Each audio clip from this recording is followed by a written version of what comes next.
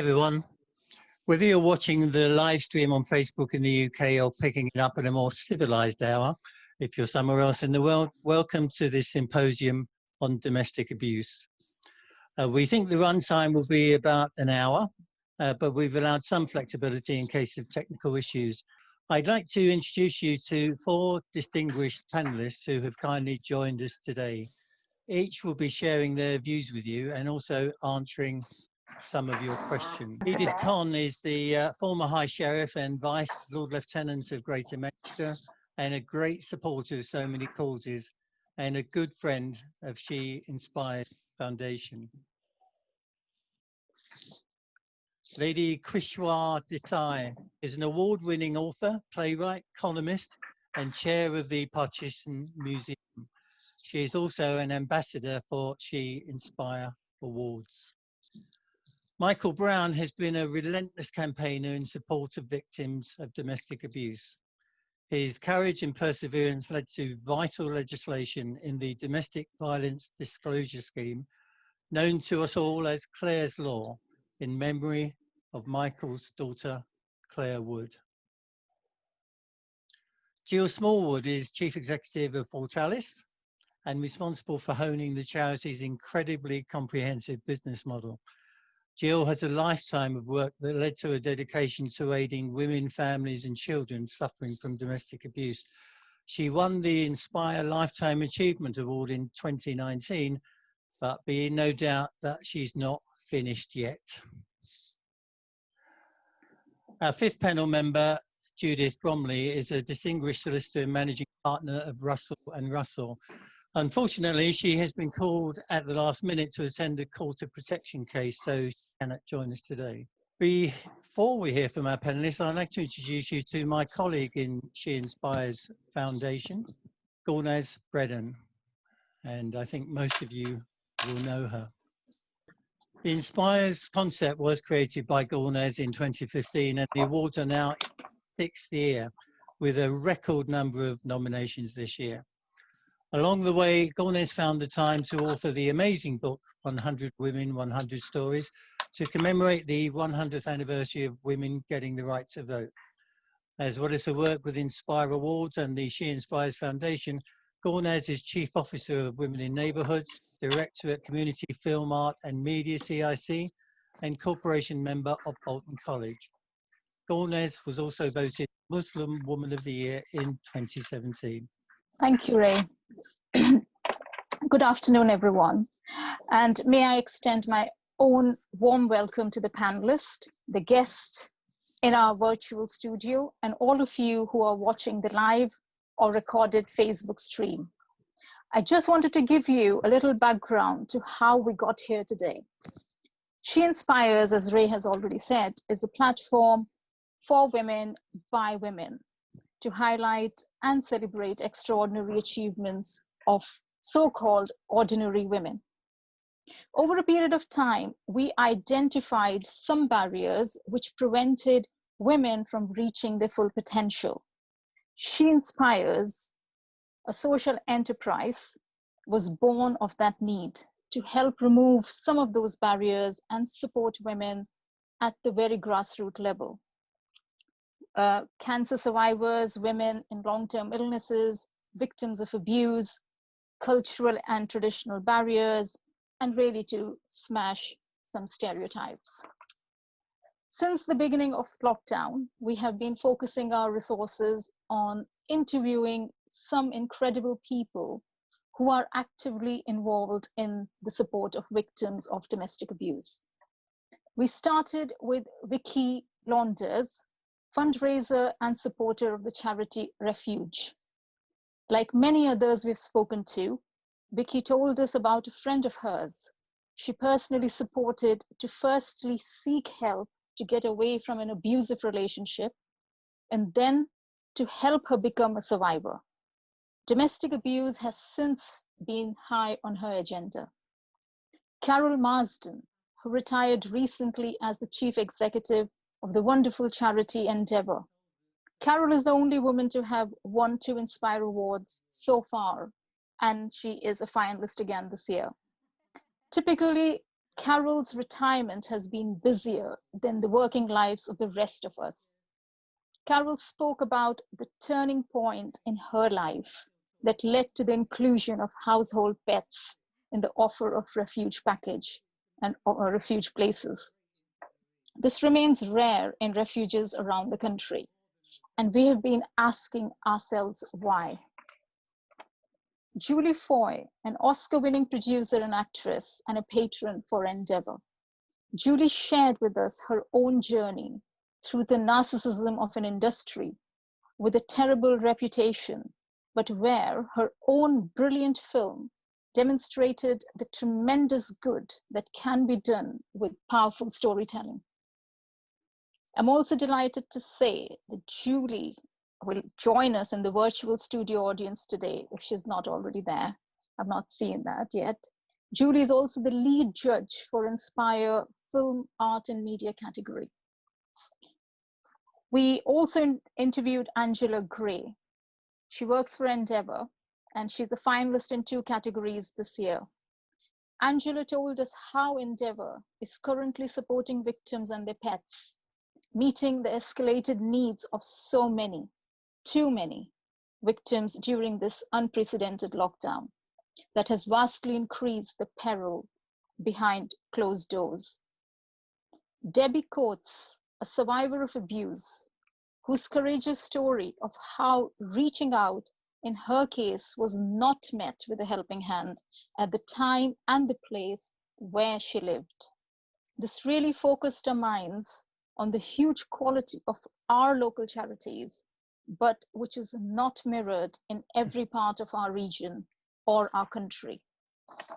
And Jill Smallwood, Chief Executive of the amazing charity Fort Alice, winner of Inspire Lifetime Achievement Award in 2019, lead judge for the same category this year. Jill shared her thoughts about the future of all charities supporting victims, but made us all smile with a beautiful story of one of their supported survivors and how her life was now filled with hope. And it's the cumulative impact of these interviews, which are being released one at a time, that has provided the impetus for the symposium and the plans we want to make for the future. Ray will tell you more. Thank you. Thanks, Gulnaz. Let me briefly now explain how this symposium will work. Late last week, we provided a 2-page white paper to each of the panelists. It was written after the series of interviews that Gulnaz has just summarized. Having been struck by the extraordinary qualities of the work being done by some of our local charities, we also became all too aware that the best practice we heard about was not being followed by other organizations around the country.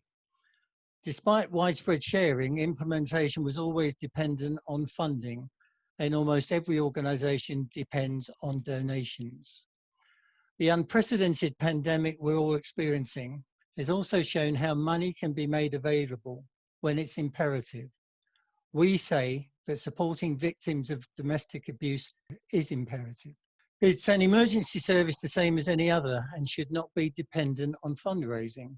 It should be financed by the government. Our panelists will tell us whether they think that's unrealistic and overreaching, or maybe they'll agree. We started our interviews by noting that the charity Refuge was established in 1971. That's nearly 50 years ago. For those young enough to contemplate being around in 50 years from now, is it reasonable to think that there could possibly be a symposium like we're having today? Shouldn't this be unthinkable? So we're advocating that education in all our schools includes an understanding of what's acceptable and what's not. Learned behaviours can go from home into school and the other way around, and the same to and from the workplace. We all need to grow up understanding how our behaviours impact on others. We need to decide what we expect from others and what we demand from ourselves. Each of our panelists will get a chance to speak to these points for as long as they wish, and then we'll throw it open for discussion between the panelists. Grace Slavin from the Foundation will be asking some questions received from the audience prior to today's event and Gulnaz will be monitoring questions received from the live stream on Facebook. So I'm now going to ask Edith Conn to share with us some thoughts.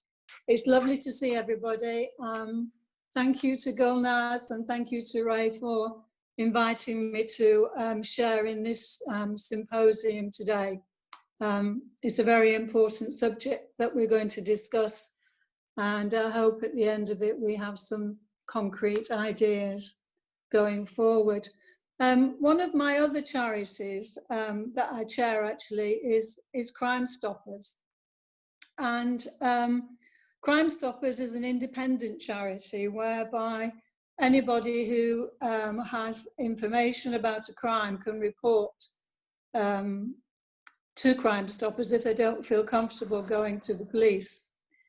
And I have to say that since lockdown began, we've had a substantial increase in the report of domestic violence.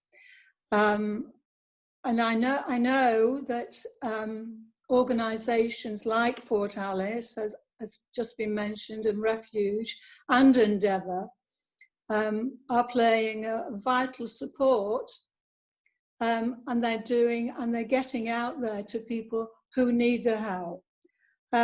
But some people, as we know, are not being reached and are not getting support, and that, for me, that is the modern day tragedy.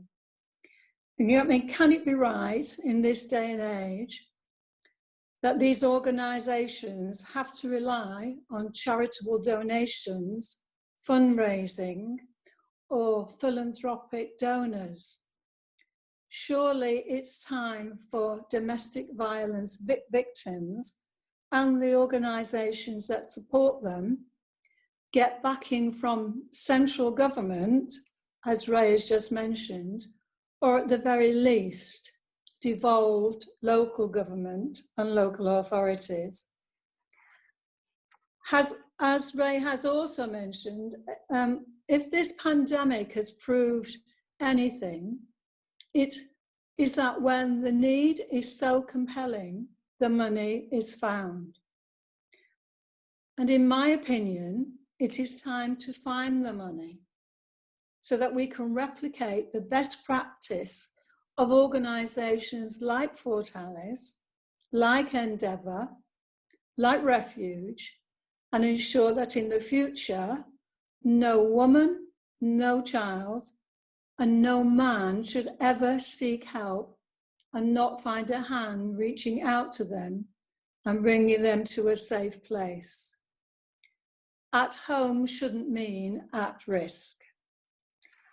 I know that Fort Alice and Refuge are busier than they have ever been before lockdown.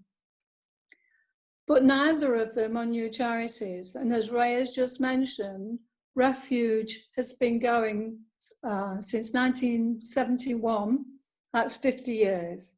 And Fort Alice began in 1977. This is a long time for charities to be helping domestic violence abuse. And it's time that we started to do something about it.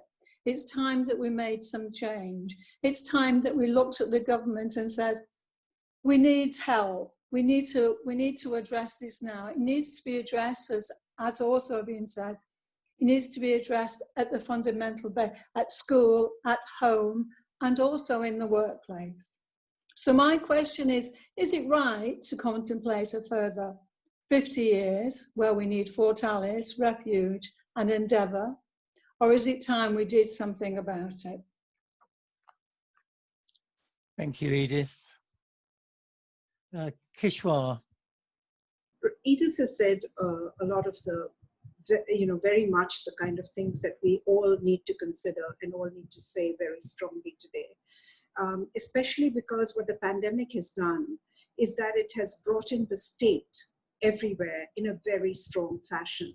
In every country, the state ran countries, literally, while everybody else was locked down or locked up in their homes, unable to step out, unable to fend for themselves. It was literally a different scenario. So therefore, it is only correct that if there are things which have gone wrong, the state should address those.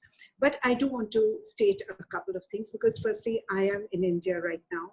So I am looking at the situation, also what is happening here, and comparing it to the situation in the UK, which I know would be vastly different in many ways, but also quite similar in some, because what we find in all countries is that once people are confined in small spaces, there is a lot of inherited.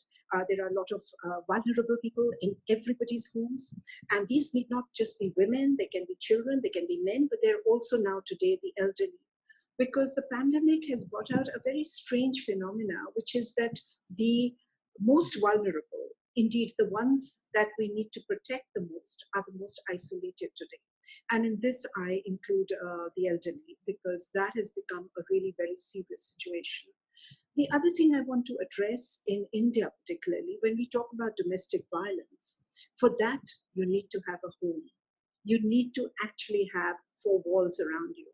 But we have seen a very peculiar phenomena taking place here during the pandemic, is that suddenly we saw the situation which affects a lot of migrant labor here, which means that these are people who've come from villages, from rural areas, come and live in the cities looking for jobs, and they literally do not consider the city to be their home. Now, this might be the situation in other countries as well, but it was a very severe situation here, which meant that if violence was taking place, it was taking place often in other ways, which means, I will just explain, which means that when people had no home, no protection of any kind, firstly, the women, children, and vulnerable individuals, which includes the elderly and any disabled persons in the house, seem to be the people who really suffered the most, because if food was scarce, for example, they would be the ones last to get it. If there was anything that was required, they would be the last to get it, because suddenly everybody was on their own. So we saw this phenomenon. So violence was of a different nature, of a different kind. So I do want to add to Edith's point that yes, we need to look at domestic violence, but we need to, if we look at it from the point of view of the pandemic, every country will find that the domestic violence has changed in some ways, because people are far more vulnerable, and in a strange way, because the resources are going towards business houses, it is going towards employment, it is going to the physically able. There are resources, but they're being used for different things. They are not reaching the vulnerable, the most vulnerable. And in this, I want to also sort of give an example, of young girls, for example, of poor families who were in schools, and suddenly the schools have shut down. So they're at home, and they can be preyed upon. Anything can happen to them. Parents are desperate to feed their children, and this is where little girls are most likely to get abused, to be used as for sex and for other purposes. So we have to be very clear that the pandemic has also raised these issues, and if there is money available, it is going to be used not for educating these young girls. It is going to be used for possibly for food and for other, very essential resources. So the violence that we see is physical, yes. It can be emotional, it can be sexual, it can be financial, it can be complete deprivation of the rights of a young girl in this kind of a scenario, especially if she belongs to a poor home. And in fact, charities have reported this. They have said that where they were working in education and they were reaching out to young girls and getting them educated, now they find that they're reaching out to them simply to just give them the bare essentials, to feed them or their families. So the priorities have shifted. So in order to get rid of domestic violence, one very important fact is that we need to make all vulnerable people independent in every way. It can be financial, emotional, and in other ways. But this situation becomes much more severe.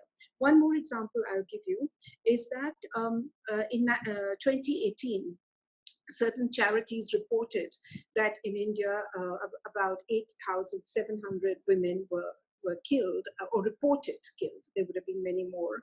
And over 100,000 cases were reported of domestic violence from women itself. Now, these have gone up 3 times during the pandemic. The reporting has gone up 3 times during the pandemic. So I'm saying that, you know, there is something very strange which is happening. And I think when we talk about educating people, what do we mean? There are no schools, so we cannot actually go out there and teach children. All the schools are locked down right now, and any online learning you get is just the essential learning, which is right now happening. So if we're talking about the current scenario, I think we need emergency measures. We need measures very much like what Edith was saying, maybe just get those NGOs out there, get them to address these issues very, very rapidly. But unfortunately, right now, it is looking extremely difficult because most governments are spending all their resources. And let's not be, wearing rosy spectacles regarding this. They're giving it away to businesses so that they can help the economy survive. And there are a lot of other areas which are also getting left out. And unfortunately, the most vulnerable whom we should be addressing are also getting left out in this. So I think the point which was made earlier, that let us do some education. My question is, how do we reach out? How do we do this education right now? We need other means of reaching out. And perhaps we can reach the government, but I think the government right now very clearly seems to have other priorities. Thank you. Thank you, Kishwal. Michael. Good afternoon. I don't know who I'm talking to here, but unlike the previous 2 speakers, I'm not a professional in the domestic violence business. I was a victim of domestic violence as my daughter was tragically murdered in Manchester in 2009. I couldn't believe at that time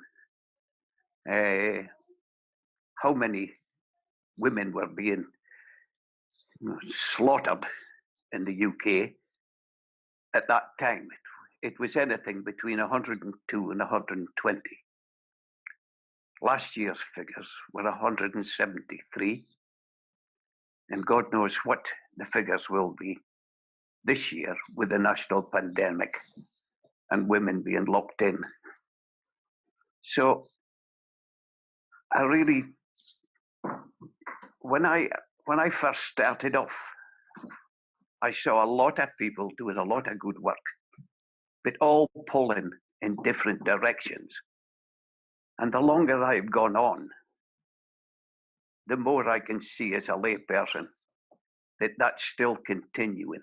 There's a lot of work being done. There's a lot of good work being done. But when I advocate, let me rephrase that. I am the face of Clare's Law.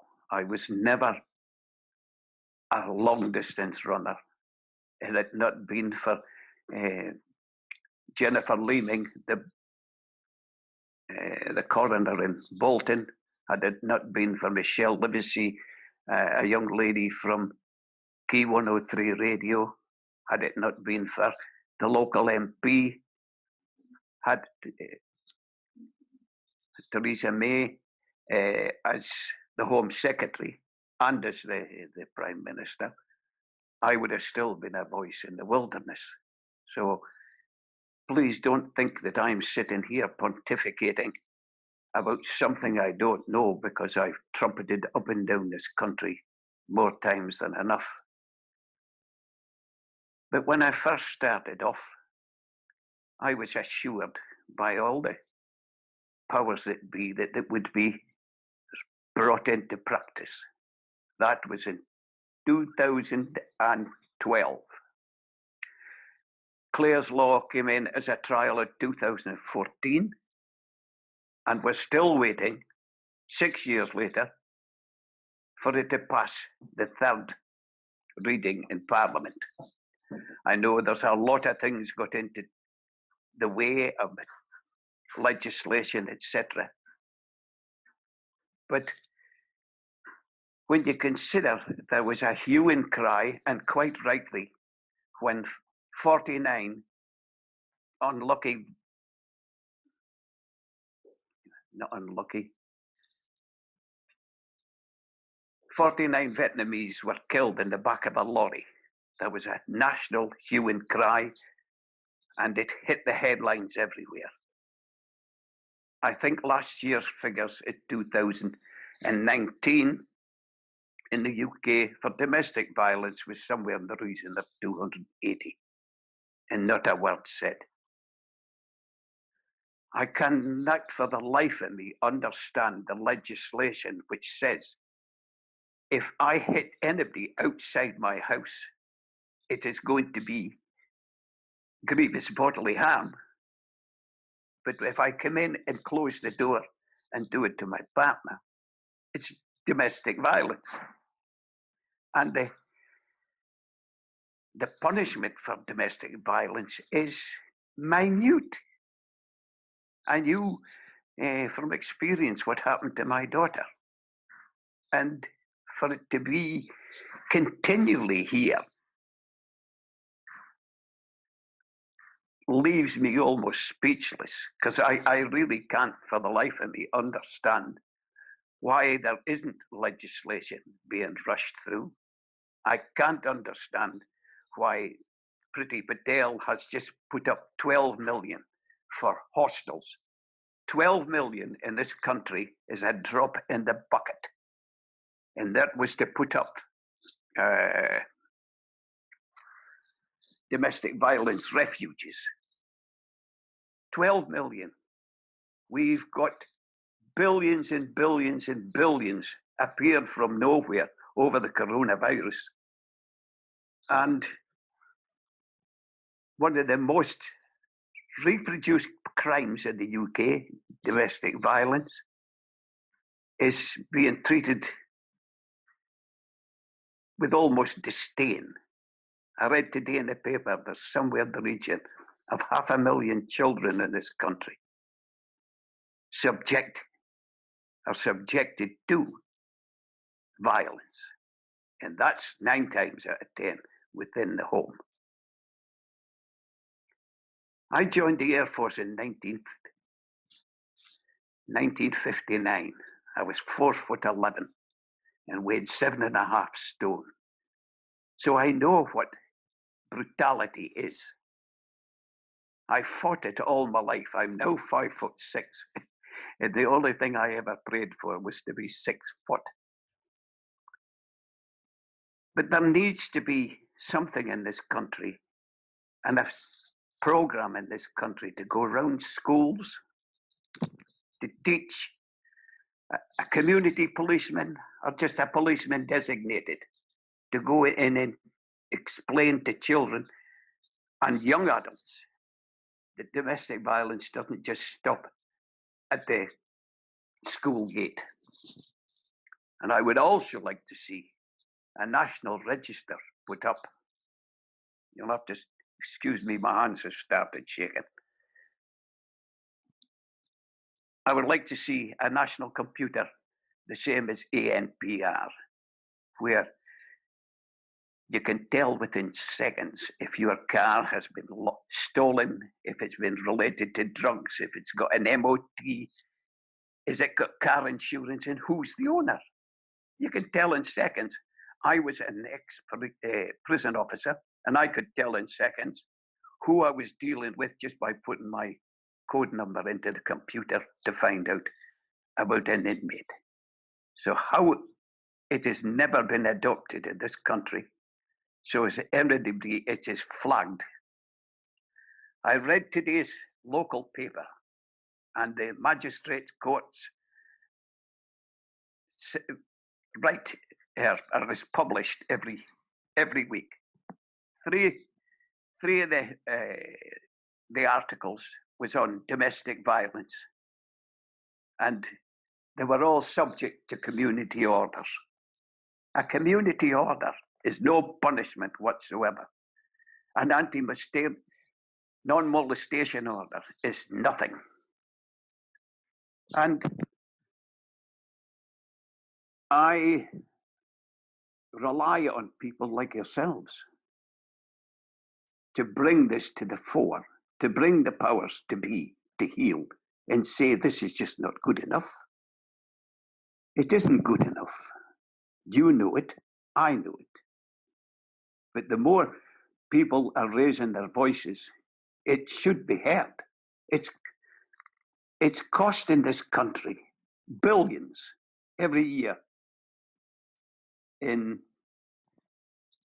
court costs, social security, rehousing. In my prison, it cost 32,000 to keep a prisoner in Armley prison for a year. If you multiply that by the 173 who did it in 2018, you multiply it, and that's a lot of resources that could be put to other uses. The National Health Service is one of them. It's just been shown how much we took that for granted. And if we are going to be taking the female population of the UK for granted and not give them the care and protection that they need, I think it's a national disgrace. So raise your voices, ladies. It's people like yourselves who are going to do the change in this country. I lost my daughter. I still miss my daughter. It's something they'll never take away from me. But as it is, I'm now 77 and I don't have to carry that long. But there's kids growing up to it. The loss of their mother, the loss of their sister, aunties, uncles, or grannies. And it really has to be taken into account. And the sooner we get our MPs to pull their finger out, the better. So if you'll excuse my tirade, that's my wee bit for today. Thank you very much for listening. Michael, thank you so much. Okay, so I'd like to say good afternoon to everybody.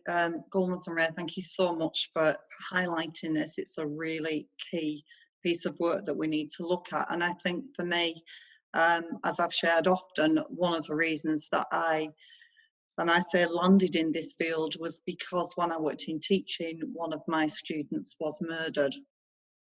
And that has stayed with me forever.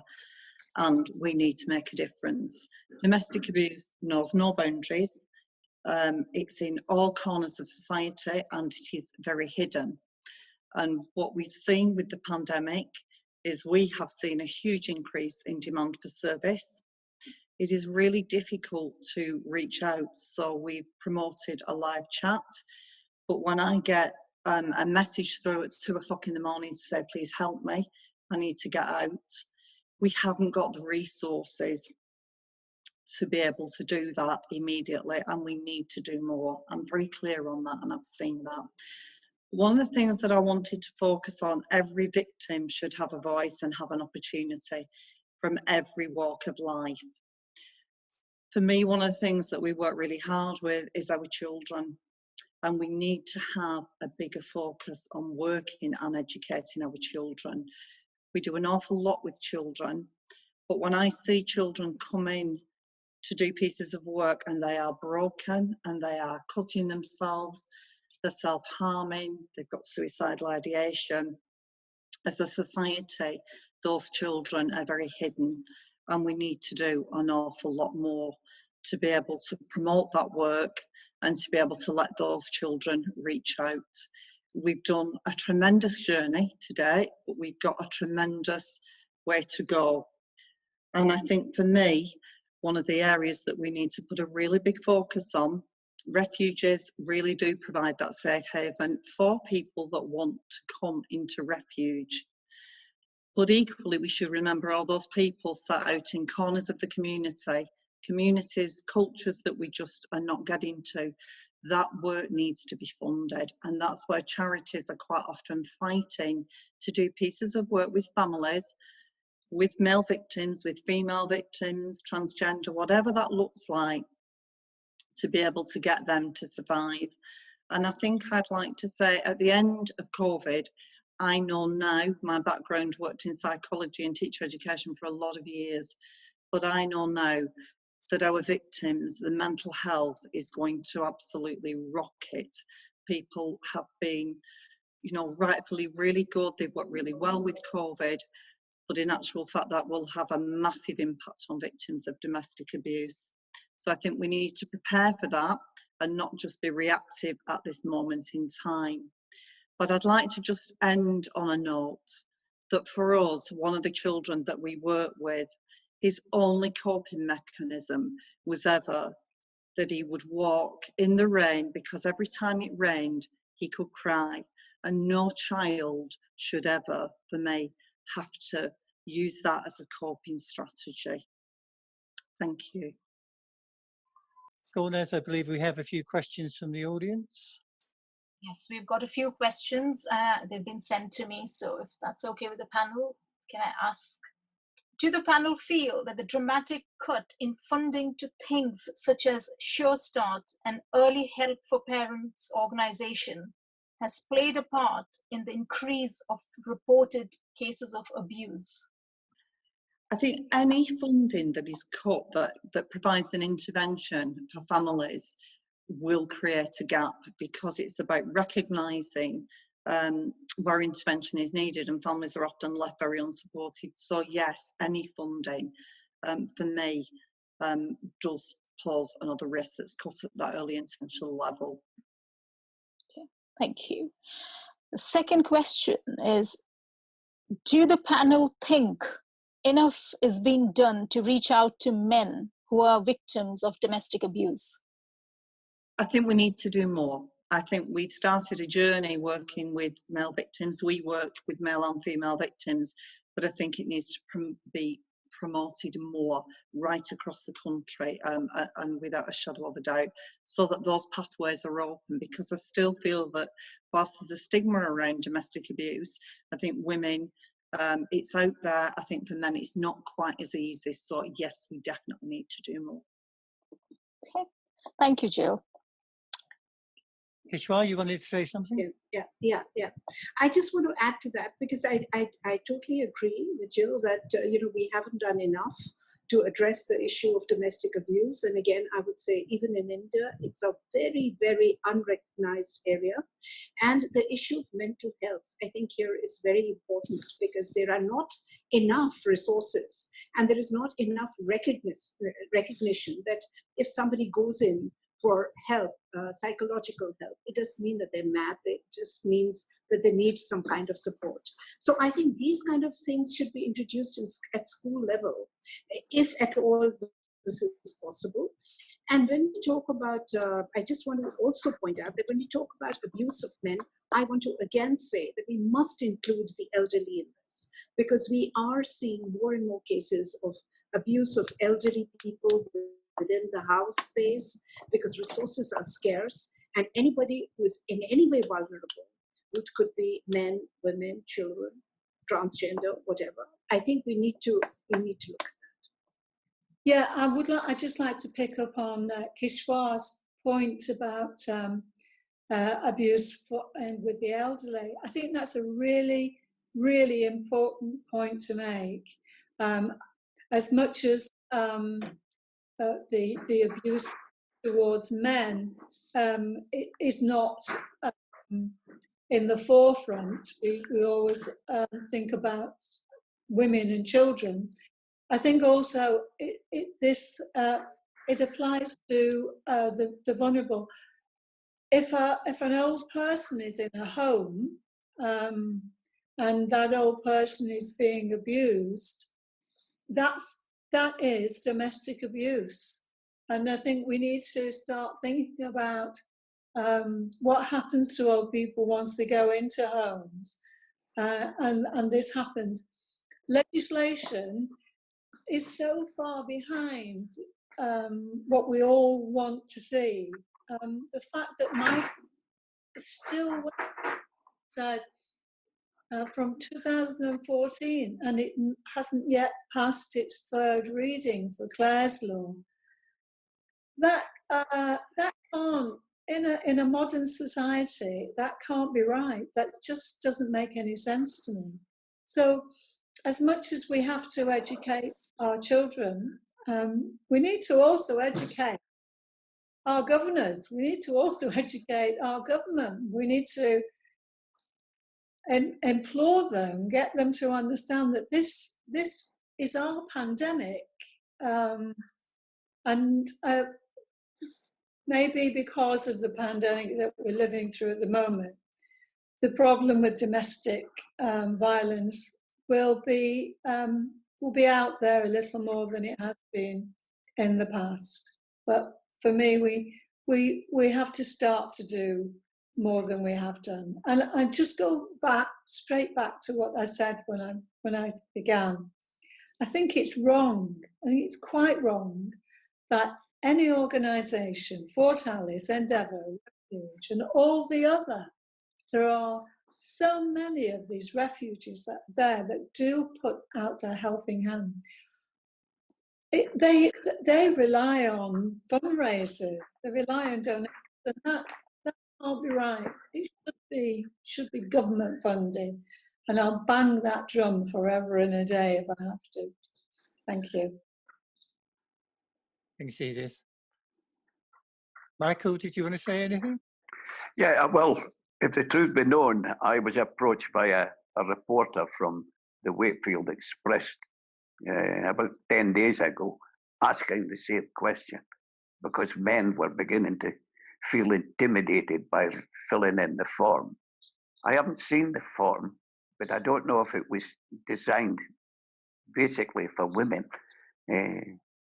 because of the amount of ladies that are being abused. But Clare's Law was brought in not only for women, but also for men. And I don't think that's being made clear enough. Things are already in position to help men. And like the ladies, if they are too frightened or too embarrassed, they can phone a number, they can leave a code message and get somebody to phone them back. I know it doesn't always work, because my daughter managed to slip through the net and there was nothing there to catch her. But something has seriously got to be done. We've lost, due to one thing and another, 20,000 police since my daughter died. And it's all very well for the government to turn around and say, oh, well, we're going to employ 20,000 policemen. These 20,000 policemen have got to be recruited. They've got to be trained. They've got to get experience on the job. And they think it's an instant solution. Oh, we'll get 20,000 nurses. We'll be able to do this pandemic with our heads in it. They found out there's no way that they can recruit that quick and have it in place. The domestic violence pandemic has been there long before I appeared. And as I said, there was lots of people doing lots of good work. But if you looked at your hand and spread your fingers, they were all pulling in a different direction. And I think it's about time the government funded an office in the government to deal with domestic violence and not pass the buck from one thing to another, and have it done immediately. I went to see the police in Preston over Rosie Derbyshire, who applied under Clare's Law to be taught what her partner was. And she was killed 10 days later before she even was told that the lad she was going with had just been released from prison on bail for grievous bodily harm. I went and asked why it's not immediate. Why can't you just pick up a paper or pick up a computer and be able to tell him, hey, you're in trouble. get out of there or get him out of there. But everybody just seems to back off. And because it doesn't get the advertising scale that the 50 Vietnamese got, nobody seems to care. Nobody seems to bother, apart from the people like ourselves who are here and have, if you put it as a percentage of the population, a very select few, all trying to do our bit to relieve the pressure. So as I say, men are being catered for under Clare's law, but I think it really needs a bit more advertising for the fact that they can do it under Clare's law. That'll do me. Thank you. Thank you, Michael. Gomez, I think we may have time for one more question, or does Grace have questions? Sorry, we've got lots of questions here from audience, but I think one particularly needs to be addressed. And that's a comment from a mum. And she says, "We are not pieces of work and we are not case studies. This is our lives." Is there enough understood about the different types of abuse and what the science and what are the signs to look for are? So I think perhaps there are two different questions. The comment from mom really is, we are not pieces of work and we are not case studies. This is our life. So anybody wants to say something to that? Yes. When I started off, I was under the impression that domestic violence was a girl with two black eyes saying, "Yes, I'll do as I'm told." But under Clare's law and the new domestic violence bill, it's been brought in that care and control of money, being hounded, being followed, being beaten, they've taken into account a lot more than I started out with. And I believe those things are being catered for. Maybe not enough publicity given to it. As I say, domestic violence in this country is on a back burner. There are people in Canada who are doing Clare's law a damn sight more than they do here. So, in answer to your question, yeah, I know you're not goods. Yeah, you're half the population, and you deserve the protection that half the population deserves. Do the panel think there is enough discussion and understanding about domestic abuse across different cultures? I'm happy to answer that. Again, we've made tremendous headway, but there isn't enough discussion. We need to be out there more. You know, every person is an individual and every person counts. So I think we've got so much to do, and we really need everybody's help to do that. People that maybe are suffering domestic abuse, that it's hidden, if they're able to help, professionals, the government, everybody needs to really be stepping up and trying to work with each person and each culture. It's really important. And it's a question that needs to be addressed also, because we know that there are many parts of our society, many cultures that are very, very difficult to reach. Not simply because we don't want to go into those areas. It's that we're not allowed into those areas because of the culture that surrounds particular groups of people. And I think the sooner we break down the barriers, the better it will be. But it's a very, very difficult task. Could I just come in here for a minute? Yeah.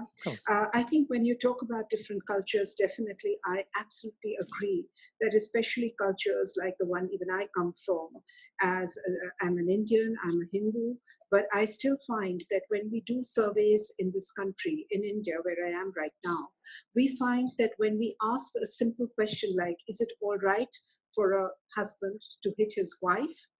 over 50% of the respondents will usually say it's all right, it's okay. Because and in fact, I recently participated in a discussion on this. And I was very surprised because there was a journalist sitting next to me who said, it's okay if my husband slaps me, it's a sign of love. So I'm very, keen that these kind of messages, when we talk about culture, and you said these cultures are sometimes difficult to get into, etc. But when we talk about campaigns, we talk about communication, then definitely what the NGOs should be doing, could be doing in a much more targeted way. And definitely, I'm sure Gulnaz would be able to suggest some ways of doing this. These messages need to go out that even one slap is just not a sign of love. It is violence. Thank you, Kishwar. I'm sure with everybody's support, we can do something and we should do something. So watch the space, I think. I'll reach out to all of you again. There's another question that has come up. We've got loads of questions, but I'm conscious of time, but I think this is really important as well. I'm studying nursing and want to work in domestic violence. Has the panel any advice, and have they come across nurses in these roles? Yes, I mean, my advice would be and we do take people in on placements, and it's wonderful that we can share that work. So I would say, if you're studying nursing, there is lots of opportunities for you to be able to join organisations. We are always open to people, and we have some wonderful people coming through. I think we'll really ground you in actually what that looks like and what's to look for. And equally, there's an awful lot of training out there as well. But please feel free to contact us if you're looking for anything that will help that process. Thank you, Jill. Right, Grace, I believe you have some questions. Yeah. Is it important that we be more careful about the level of violence shown on television and in the cinema generally to adults? Simple answer to that one, yes. Very important. It's like sometimes I despair at the amount of open violence shown to each other, specifically to women and children. I don't understand how this, it's out, it's there, and it's glorified. And whilst violence is being glorified on the television and on the big screen, the job of educating people to look for the signs of violence and education children and communities that one slap is not good, and then they see this easy slap here, punch there. It makes the job of people like us all the more difficult. So me, yes, censorship. Yeah, I'm more for censorship. What we saw recently happening was a film which came out actually in India, which was called The Slap. And in this, it was very interesting because instead of taking the usual thing about a wife being beaten up and then going and taking her revenge, this is a wife that is slapped once in a party. And she decides that she's not going to live with this man anymore and she's going to divorce him. It set up a lot of places where this issue was debated and it became a talking point. So there can be very many ways of approaching this, not necessarily through egregious violence, which is a lot of violence which is happening, a lot of bloodshed, because that actually becomes almost sexually titillating for a lot of people. What you may need to do is have more intelligent cinema, like this film I just referred to. It could be used actually, Gulnaz, to open up debates in closed societies. And there you can actually get people talking about how even a single piece of violence is bad enough. It may not look bad, but it is bad enough because it takes away your dignity. So, instead of censoring films, because I think we're not going to reach that point, though we should, we could think in terms of encouraging alternate cinema, with proper messages out there. Thank you, Kishwar. I have watched that movie, Thappar, And I did mention that movie to Judy Foy when we were interviewing her. It was a fantastic film with a great message. I have a question here. This is not from the audience. This is my question to the panel. And that is, as a society, when is it appropriate to intervene when we witness abuse or perhaps even suspect it? It may take courage and it may get the response that it's none of our business. How are we to know when it is our business and it's our obligation to intervene? I'll come in on that one. And it only takes one man to intervene to start things off. To stand back and do nothing is to let the bad people in this world succeed. I think there was a national celebrity had once said it only takes a good man to say nothing to let a bad man succeed. And if you don't intervene, and I know now there is knife crimes and there's things that are going on and never happened in my day, but I think you've got to either stand up and put up or shut up. And I would hate to think I would walk away and see some woman being badly violated or a child being smacked around the house. I ran away from home with my father's permission at 15 and a half. He sent me into the Air Force. But I always swore blind there was an easier way than hitting kids, to discipline children. And I think that's possibly the thing that's missing now in our society is discipline. And I don't see a way around it. But it was people like myself who grew up after the war where there was nothing, that tended to spoil and overreach their kids. And that passed on to the grandchildren. And I think people of my age have a lot to answer for, because we didn't do enough to say that's wrong and that's right. We were taught manners, yes please and no thank you, but we were never taught what was wrong and what was right until it was landed on us. That'll do for me. Thank you, Michael. Grace, before you ask a question, I'm also going to say to our guests in the studio that should you have any questions you want to ask, we will highlight you and you can ask the question. Just message me and you'll be the next question. But Grace, can you ask the next question, please? Yeah.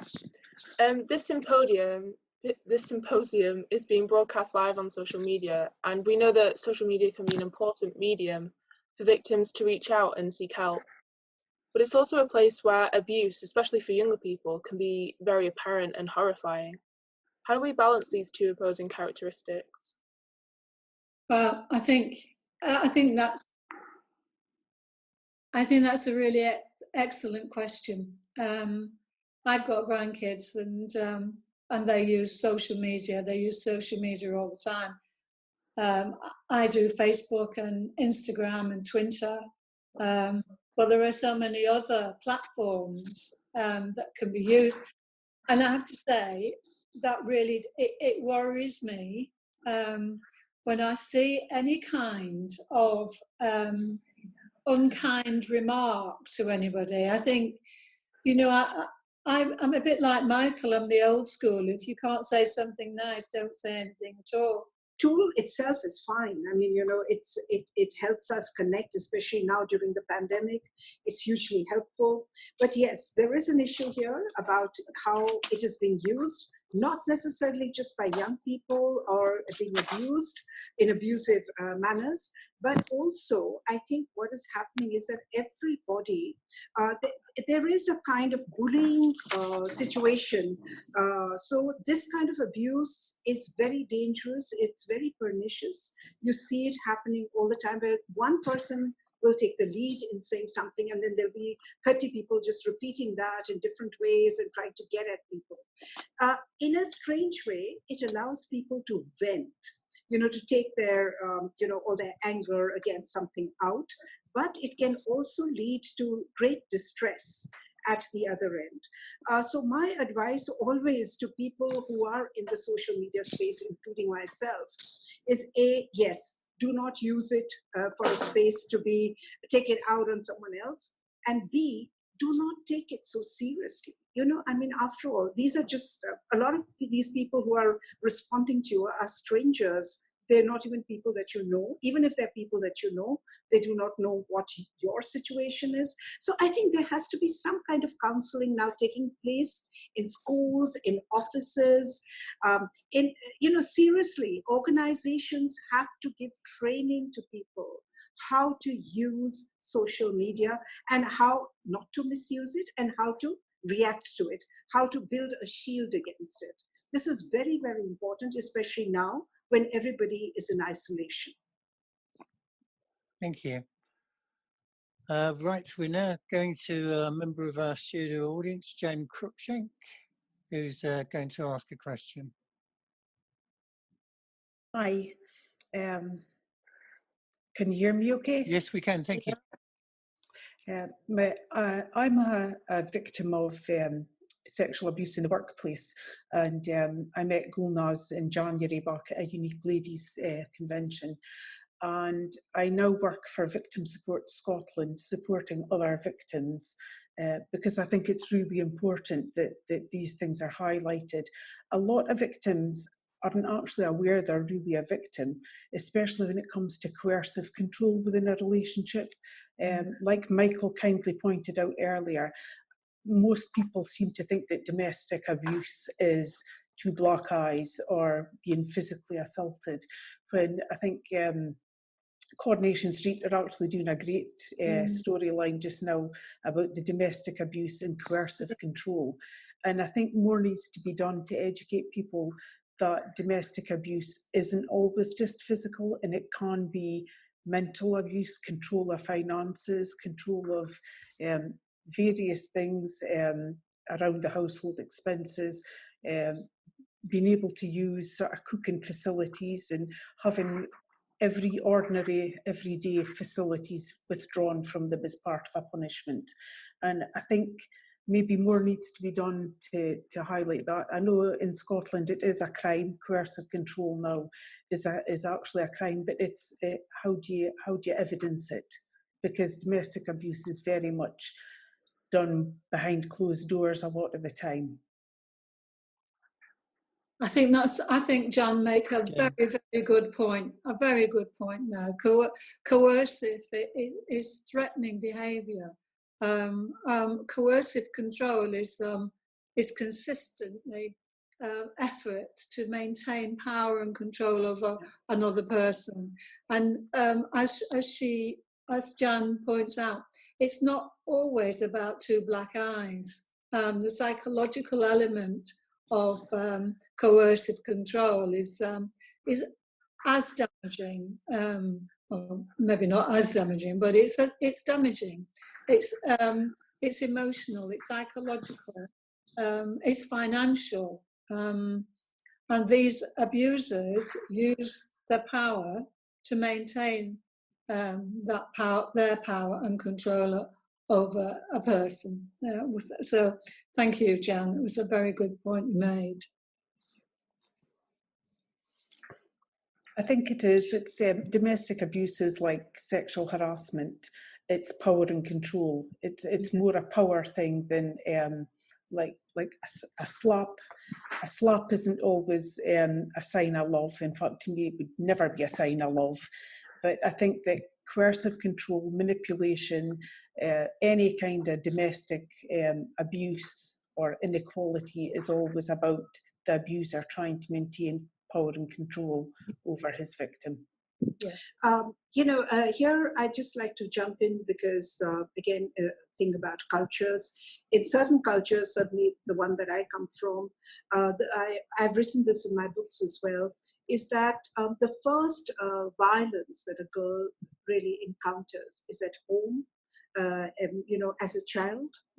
because usually her parents or her relatives would have a different set of rules for her and a different set of rules for everybody else. And so that coercive control that you're talking about almost sort of, mentally prepares her for what is going to happen. And that is why she becomes almost a ready victim without actually realizing what she has gone through because of so-called parental love, etc., etc.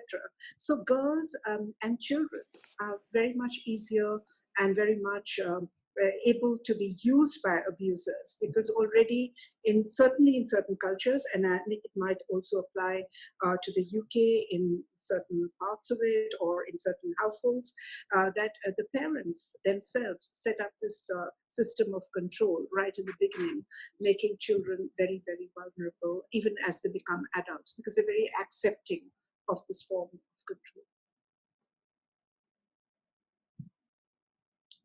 I agree. I think it's a form of grooming. Society grooms women to be subservient and for men to be dominant.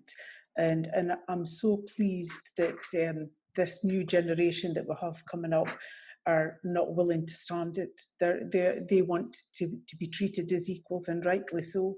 But I think very much, even in my generation, we were brought up to believe that the man was the head of the household and that the women should obey. And until recently, it was part of the marriage vows as well. So that I think society has a lot to answer for. Yeah. As a follow-up to the discussion, there is a question from the audience. Is there enough understood about the different types of abuse, and what are the signs to look for? So really what you guys are discussing about, it's not only physical, it's coercive control as well, but the question has come up from one of the... No, and until such time as the law in the UK governs the UK, that they bring it in where care and control, submissive behaviour, etc., is put into writing, and people can understand that this is law, not just something has been plucked out of the air, you possibly get on an awful lot better. I know the things that happened to my daughter, who was told, nobody's going to love you, you're fat, you're ugly, you're never going to manage this, that, or the next thing. You can't do this, you can't do that. And it's just, it's, you've pointed out, it's a way of indoctrinating, and it's almost like slavery. But no, until such time as it's taken into the statute books and everybody can understand why it's being brought in, what it's being brought in for, I don't think you're going to get too much further forward. Does that answer your question? Yes, thank you very much. Thank you. I think we've got lots of questions, but I'll just ask one more and then we have to wrap it up. I'm conscious of time as well. Support for victims of abuse is very much community-led, which seems completely appropriate, but we all know of communities where this support isn't as good as it should be or doesn't exist at all. How do we fix this? This is my question to the panel, not from the audience. So how do we fix this? I mean, there is support, but not as good everywhere. My worry is right now, what we are going through during the pandemic, this support, which was there for most of the society, not just certain communities, I think the support has become close to negligible, because access to people who are actually vulnerable, and somebody asked what are the signs that you should look out for. I think very often domestic abuse is completely covered up. I've just recently written a book about this famous actress who went through her entire life without anybody realizing that she was a victim of domestic abuse. It can be so well covered up, both by the victim as well as by the perpetrator. So I think the support that you're looking for cannot happen unless individuals begin to understand that what they're going through is not right and they need help. And those institutions are available. What we said right at the beginning, especially now, it is time that NGOs, which some of them are represented on this panel, do get together and tell the government that they need more funding. In fact, this is a very serious situation, and it should happen almost in every country, that people need to get together, the NGOs, because I don't think the government is going to get into this area, and they should not, because I think it would be very difficult if they were to step in right at the beginning to identify who has been abused, what has happened, because that needs very delicate handling. So I think that is very key and very important, and it should happen rapidly. It should not be delayed. Well, I think we've now reached the end of our symposium, and I would like to thank our panelists. Unfortunately, Jill Smallwood had to leave a few minutes ago. She got called away urgently. Thank you for sharing your thoughts in such a compelling way with us today. And to all those who sent in questions, and thanks also to our studio guests and all those watching live on Facebook or watching the recording. Our next symposium will be towards the end of July, and we'll be announcing the date very soon.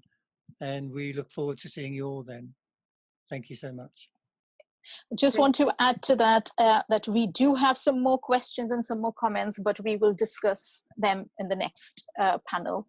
It's just that there are too many of them at the moment. So thank you very much. And thank you, all of you. Thanks, everyone.